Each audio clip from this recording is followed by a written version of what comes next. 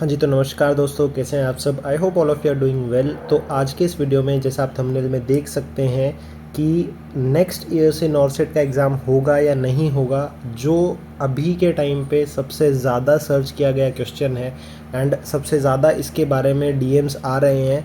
I guess her creator को या जितने भी यूट्यूब पे या इंस्टाग्राम पे क्रिएटर्स हैं, सबको ये चीज़ पूछी जा रही है, हर कोचिंग वाले से ये चीज़ पूछी जा रही है कि नेक्स्ट ईयर नॉर्सेट का एग्ज़ाम होगा या नहीं। आप लोगों ने एक जो नोटिस जो सर्कुलेट हो रहा है, वो नोटिस सब ने देखा होगा एंड उस नोटिस ने हम सबको हिला के रख दिया है। इस बार मैं अगर बोलूँ तो जितने बच्चे प्रिपेयर कर रहे हैं या जो बच्चे कॉलेजेस में हैं अभी और वो आगे प्लान कर रहे हैं या उनका एम है एम्स तक जाना, उन लोगों के लिए जो वो नोटिस था वो बहुत ख़राब साबित हुआ है। वो नोटिस उन लोगों ने मेंटली इतना अभी प्रेशर में है हर एक स्टूडेंट। अगर मैं ऑनेस्टली ये चीज़ बोलूँ तो स्पेशली जो बच्चे अभी नॉर्सेट 7 के लिए भी प्रिपेयर कर रहे हैं ना, वो लोग भी इस टाइम काफ़ी मेंटल प्रेशर का सामना कर रहे हैं। क्यों? क्योंकि उन सब का अभी प्लान यही है कि नॉर्सेट 7 में जैसे तैसे हो जाए, जैसे मर्ज़ी हो जाए, सिलेक्शन लेना है, जो मर्ज़ी एम्स मिल जाए सिलेक्शन लेना ही लेना है। क्यों? क्योंकि आगे से हो सकता है नॉर्सेट 8, नॉर्सेट 9 हो ही ना, कॉन्ट्रैक्चुअल वैकेंसीज़ आएँ, कोई परमानेंट वैकेंसी देखने को ही ना मिले। ठीक है, तो ये सारी चीज़ें सबके दिमाग में अभी के टाइम पे चल रही हैं और ये टॉपिक मैं अगर लिटरली बोलूँ, डीएम्स सबके भरे पड़े हैं, नॉट ओनली मी, सब हर क्रिएटर्स के जो डीएम है, हमारी जितने और क्रिएटर्स भी हैं उनसे बातचीत भी होती है, सबके यही हाल है, सबका यही अभी के टाइम पे सबकी सिचुएशन सेम ही है। सबको यही चीज़ है कि भाई होगा नहीं होगा, होगा या नहीं होगा। वो जो एक नोटिस था, सब ने उस नोटिस ने सबको हिला के रख दिया है। ठीक है, तो आज के इस वीडियो में हम लोग डिस्कस करने वाले हैं एक्यूरेट चीज़ें कि क्या हो सकता है एंड क्या नहीं, क्या उस नोटिस में कितनी सच्चाई है, कितना वो नोटिस फेक है, क्या चीज़ें आगे इम्प्लीमेंट हो सकती हैं, क्या आगे गवर्नमेंट या एम्स प्लान कर रहा है नॉर्सेट 8 एंड नॉर्सेट 9 के लिए। एंड मैं आपको एक चीज़ और बता दूं, अगर आप लोगों ने अभी तक वो नोटिस नहीं देखा है तो मैंने वो नोटिस जो है टेलीग्राम पे अपलोड कर रखा है। मैं टेलीग्राम चैनल पे अपलोड ऑलरेडी मैं कर चुका हूँ। ठीक है, आप लोग डिस्क्रिप्शन में जो उसका लिंक है टेलीग्राम चैनल का, वहाँ से जाके चैनल ज्वाइन कर सकते हैं। वहाँ से जाके वो जो आपका पूरा डिटेल्ड नोटिस है आप वो भी पढ़ सकते हैं। एंड जितने भी एग्ज़ाम्स होते हैं, मैं सभी के अपडेट्स जो होते हैं वो सबसे पहले मैं टेलीग्राम पे अपलोड करता हूँ। वहाँ पे सारे मैं आपको नोट्स भी प्रोवाइड करवाता हूँ, जितने भी फ्री नोट्स होते हैं, प्रीवियस ईयर क्वेश्चन पेपर्स हर एग्ज़ाम के, इंक्लूडिंग आरआरबी, नॉर्सेट, जितने भी अदर एग्ज़ाम्स होते हैं, जिपमर, केजीएमयू वगैरह, XYZ, जितने भी नॉर्सेट नर्सिंग के एग्ज़ाम्स हैं, सभी की चीज़ें जितनी जो मटेरियल होता है वो मैं टेलीग्राम पे प्रोवाइड करता हूँ, फ्री ऑफ कॉस्ट है। लिंक जो है डिस्क्रिप्शन में, आप लोग वहाँ से जाके चेकआउट कर सकते हैं। आपको अच्छा लगे आप ज्वाइन कर सकते हैं। ठीक है, तो आगे बात करते हैं इस वीडियो में कि क्या कुछ चीज़ें हो सकती हैं, क्या नहीं हो सकता है। ठीक है, हाँ जी, तो जो एक नोटिस आप लोग देख रहे हैं, जो नोटिस सर्कुलेट हो रहा है, वो 5 अगस्त 2024 का नोटिस है। उस दिन मीटिंग एक कंडक्ट करवाई गई थी एंड जो नोटिस है वो नोटिस भी ऐसा वैसा कोई नोटिस नहीं है, वो मिनिस्ट्री से आपका नोटिस है, डायरेक्ट आपका ministry of health and family welfare से है। वो नोटिस जो है वो हेल्थ एंड फैमिली वेलफेयर का जो वो नोटिस है, नोटिफिकेशन है जो आउट हुआ है वो है। ठीक है, 5/8/2024 को एक मीटिंग कंडक्ट करवाई गई थी जिसमें आपके एम्स के डायरेक्टर्स भी थे, एम्स के डायरेक्टर थे। ठीक है, देन आपके पीजीआई जो है, PGIMER चंडीगढ़, वहाँ के आपके जो डायरेक्टर थे वो भी थे। जिपमर के भी आपके डायरेक्टर अवेलेबल थे, प्रेजेंट थे वहाँ पे। आपका और इंस्टीट्यूट्स अगर मैं बोलूँ तो निमहांस के भी डायरेक्टर वहाँ पे मौजूद थे और भी काफ़ी लोग वहाँ पे मौजूद थे जिनकी प्रेजेंस में वो मीटिंग कंडक्ट करवाई गई थी। ठीक है, नोटिस का अगर मैं आपको बता दूं कि वो नोटिस क्या कहता है, नोटिस में था कि नॉट ओनली नर्सिंग, बाकी अदर फील्ड्स भी, जैसे कि आपका फार्मेसी हो गया, रेडियोलॉजी हो गया। ठीक है, मैं मोटा मोटा लगभग अपने डिपार्टमेंट्स के बारे में बात कर रहा हूँ। ठीक है, और भी कई चीज़ें थी, और भी कई डिपार्टमेंट्स थे जिनको इन लोगों ने आउटसोर्सिंग पे डालने की बात कही थी, डालने के पॉइंट्स रखे थे या मुद्दा रखा था। ठीक है, आउटसोर्सिंग का क्या मतलब है कि जो वैकेंसीज़ होंगी वो परमानेंट वैकेंसीज़ ना होके कॉन्ट्रैक्ट पे वैकेंसीज़ आएंगी, कॉन्ट्रैक्चुअल वैकेंसीज़ होंगी। अब इनके पीछे जो इनका रीज़न है, इसके पीछे क्या तर्क दिया है इन्होंने कि कॉन्ट्रैक्ट पे अगर हम वैकेंसीज़ डालेंगे तो एक तो ये कॉस्ट इफ़ेक्टिव रहेगी, सबसे बड़ी चीज़ कॉस्ट इफ़ेक्टिव रहेगी ये चीज़। देन पेशेंट केयर जो केयर है वो इम्प्रूव्ड केयर आपको देखने को मिलेगी। एंड और जैसे एक दो चीज़ें इन्होंने और भी कही थी कि भाई कॉस्ट इफ़ेक्टिव है, आपको केयर जो रहेगी वो पेशेंट की केयर जो है वो बेटर उसको देखने को मिलेगी। देन जो जितना भी स्टाफ है वो तरीके से काम करेगा, कहने का मतलब वो थोड़ा सीरियसली होके काम करेंगे, ठीक है। तो इन लोगों ने क्या चीज़ करी कि एक जैसे मान लो कॉन्ट्रैक्चुअल जो चीज़ें रहेंगी, एक कॉन्ट्रैक्ट ही किसी को दे देंगे, वो कॉन्ट्रैक्टर ही वो सारी जितनी वैकेंसीज़ होंगी वो कॉन्ट्रैक्टर के थ्रू ही वो सारी वैकेंसीज़ आएंगी, ठीक है।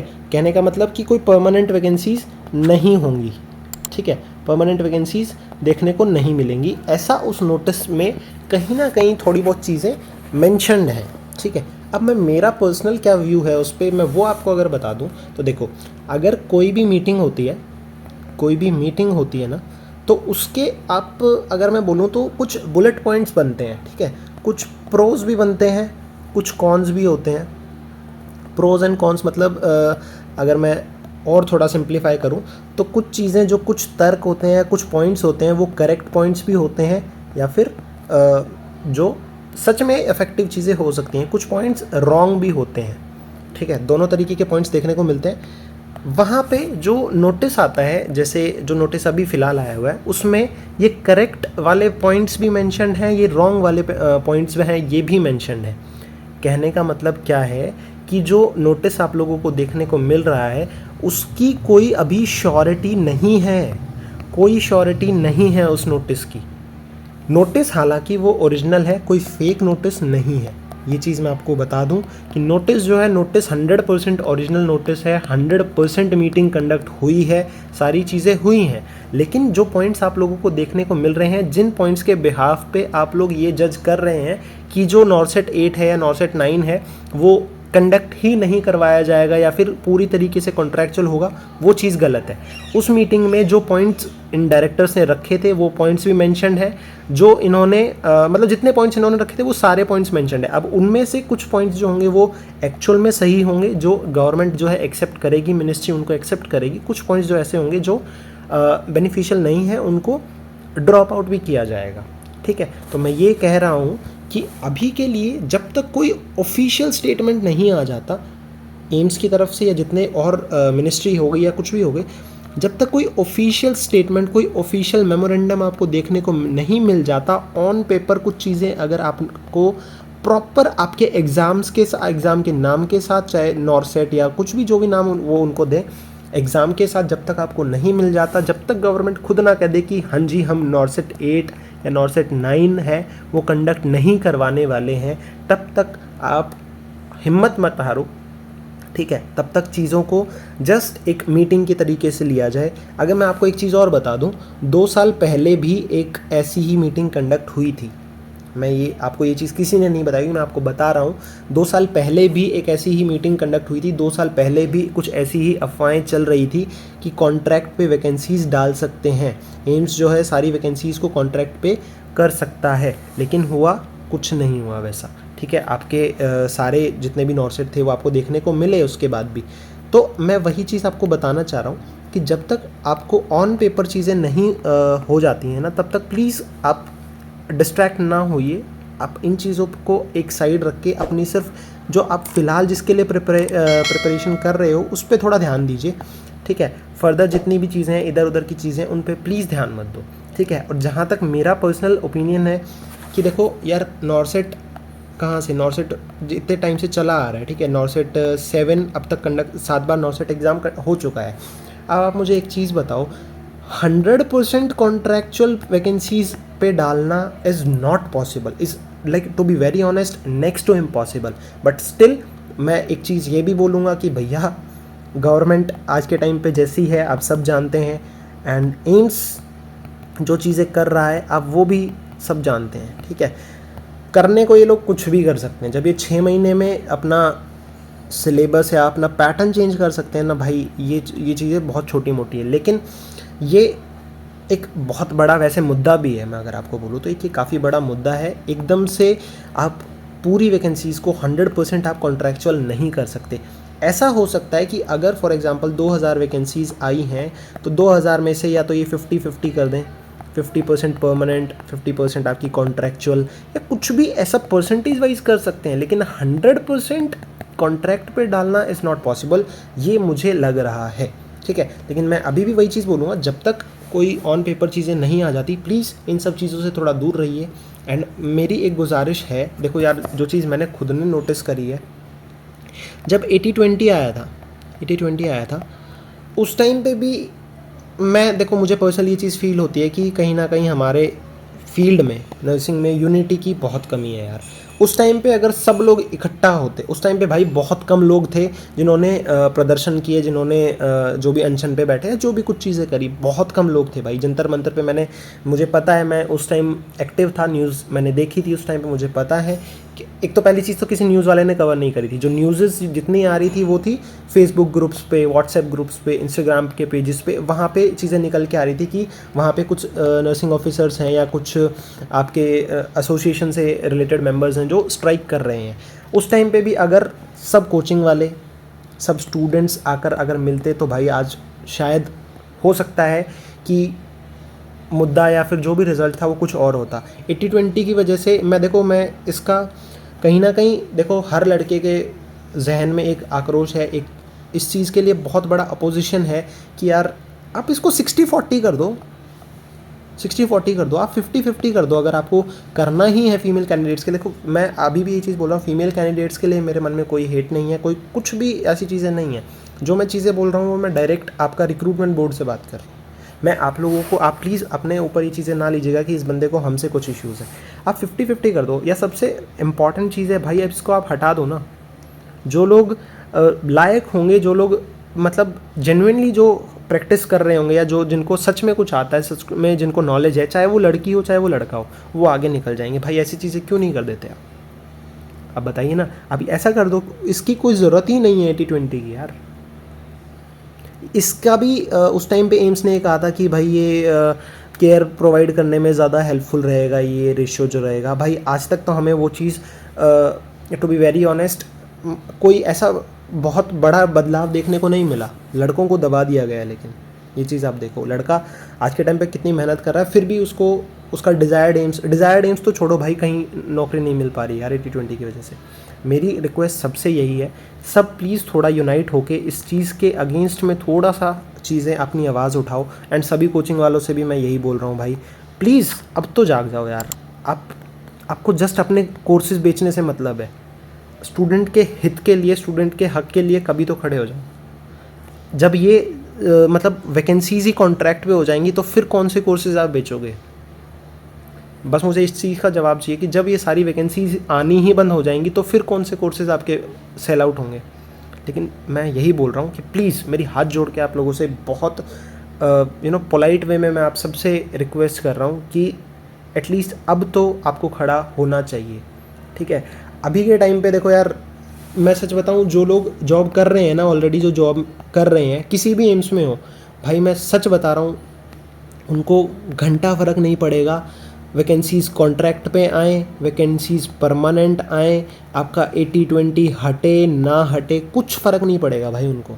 ठीक है, उनको जो उन्होंने करना था लाइफ में वो कर चुके हैं, वो जॉब अपनी ले चुके हैं, जॉब सिक्योर कर चुके हैं। फ़र्क पड़ेगा आपको, मुझे, हमारे जूनियर्स को, और जो हमारे छोटे बहन भाई जब नर्सिंग में आएंगे उनको। ठीक है, जो लोग अभी जॉबलेस हैं ना, उनको फ़र्क पड़ेगा भाई। जॉबलेस जो हैं उनको फ़र्क पड़ेगा, इस 80-20 से भी फ़र्क पड़ेगा, इस वैकेंसी के कॉन्ट्रैक्ट होने से भी फ़र्क पड़ेगा, सब चीज़ों से फ़र्क पड़ेगा। तो मैं आप लोगों से यही गुजारिश करता हूँ कि प्लीज़ इस बार थोड़ी सी यूनिटी दिखाइए और एक साथ खड़े हो जाइए। ठीक है, अगर ऐसी कुछ चीज़ें अभी तक कोई ऑन पेपर ये चीज़ अभी आई नहीं है कि कॉन्ट्रैक्चुअल वैकेंसीज़ होंगी 100%, एंड जस्ट इन केस अगर आता भी है तो प्लीज़ वही टाइम है, that will be do or die situation for both of us. ठीक है, अगर उस टाइम खड़े हो गए, अगर उस टाइम पे उस चीज़ के लिए, अपने हक के लिए लड़ लिए, तो चीज़ें ठीक हो जाएंगी शायद। एंड भाई अगर लेट गो कर दिया ना तो वही 80-20 वाला हाल हो जाएगा, वही कोर्ट में हेयरिंग्स चलती रहेंगी, किसी को कोई फ़र्क नहीं पड़ेगा। फ्यूचर आपका है, हमारा है, हम सब का फ्यूचर है, तो हमारी चीज़ें हैं तो हमें लड़ना तो पड़ेगा ही पड़ेगा। एंड कोचिंग वालों से भी मेरी यही दरख्वास्त है कि प्लीज़ आप सपोर्ट कीजिए इस मुद्दे पे, तो एटलीस्ट आप थोड़ा कुछ बोलिए चीज़ों को। ऐसा जब पता है ऐसा कोई मुद्दा आता है ना, किसी कोचिंग वाले के कोई वीडियोज़ नहीं आते कि ये चीज़ हो रही है, वो हो रहा है, ऐसी मुझे बहुत कम लोगों के ऐसे वीडियोस देखने को मिले हैं जिन्होंने इस मुद्दे पे वीडियो बनाया है कि भाई ऐसी चीज़ें हैं, ये चीज़ें चल रही हैं मार्केट में। मैं वही बोलूँगा, यही टाइम है। एंड जितने लोग अभी नॉर्सेट 7 के लिए प्रिपेयर कर रहे हैं तो प्लीज़ आप थोड़ा मेंटल स्ट्रेस से या इन सब चीज़ों से थोड़ा दूर रहिए। जितना हो सकता है अपनी प्रिपरेशन पे ध्यान दीजिए, जितना जल्दी हो जाए जॉब सिक्योर कीजिए भाई, यही चीज़ मैं बोलूँगा आप सबको। एंड नॉर्सेट 8 एंड नॉर्सेट 9 के लिए क्या होगा क्या नहीं होगा वो चीज़ें देखेंगे, जब ऑन पेपर चीज़ें आएंगी तब चीज़ों के साथ उस तरीके से डील करेंगे। अभी के लिए कोई कंफर्मेशन नहीं है कि 100% वैकेंसीज़ कॉन्ट्रैक्चुअल हैं या परमानेंट हैं, कुछ भी अभी कंफर्मेशन नहीं है। वो जस्ट एक नोटिस जो था, वो एक मीटिंग कंडक्ट हुई थी, जो मीटिंग में जो पॉइंट्स जो थे डिस्कस हुए थे वही चीज़ें उसमें मेंशन है, तो उस पर आप अभी उतना ध्यान ना दीजिए एंड अपने प्रिपरेशन पे ध्यान दीजिए। हाँ, और एक चीज़ हो सकती है कि आने वाला जो नॉर्सेट 8 है, जो आपका नॉर्सेट 8 जो अप्रैल में होने वाला है, उसको NTA कंडक्ट करवा सकता है, ये चीज़ हो सकती है। ठीक है, मैं ये बता देता हूँ कि ये वाली चीज़ जो है आपको देखने को मिल सकती है कि NTA जो है वो नॉर्सेट 8 जो है कंडक्ट करवा सकता है। ये चीज़ थोड़ी सी चल रही है, तो इस पे थोड़ा सा आप ध्यान दीजिएगा, ठीक है। एंड मेरी यही आप लोगों से सभी से हाथ जोड़ के यही गुजारिश है कि प्लीज़ इस वीडियो को जितना हो सकता है शेयर कीजिए, जितना आप अपने फ्रेंड्स में, अपने ग्रुप्स में, अपने कॉलेजेस में, हर जगह शेयर कर दीजिए इस वीडियो को, क्योंकि जो सही इन्फॉर्मेशन है वो हर स्टूडेंट तक पहुंचना ज़रूरी है, ठीक है। जो सही इन्फॉर्मेशन है वो हर स्टूडेंट तक पहुंचनी ज़रूरी है, तभी जाके चीज़ों के बारे में हम अवेयर होंगे। आधे लोगों को नहीं पता कि अभी हो क्या रहा है देश में, नर्सिंग के लिए क्या चीज़ें चल रही हैं क्या नहीं पता, उन तक प्लीज़ ये आप वीडियो है, मैं वापस से रिक्वेस्ट कर रहा हूँ कि प्लीज़ हर एक इंसान तक, हर एक नर्सिंग के बंदे तक ये चीज़ शेयर कीजिए, चाहे वो जॉब कर रहे हो, चाहे वो जॉब ना कर रहे हो, चाहे वो कुछ भी हो, ठीक है, चाहे वो फर्स्ट ईयर का स्टूडेंट भी है, तो प्लीज़ उनके साथ ज़रूर शेयर कीजिएगा। Thank you so much. अगर वीडियो आपको थोड़ा सा भी इन्फॉर्मेटिव लगा या हेल्पफुल लगा है तो प्लीज़ आप इस वीडियो को लाइक कर देना। एंड आपके जो भी सजेशंस हैं या आपके जो भी कुछ भी डाउट्स हैं, कुछ भी चीज़ें हैं, आप प्लीज़ कमेंट सेक्शन में ड्रॉप कर देना। मैं ज़रूर से ज़रूर उस चीज़ का आंसर देने की कोशिश करूँगा। एंड इस वीडियो को ज़रूर से ज़रूर शेयर कीजिएगा। Thank you so much.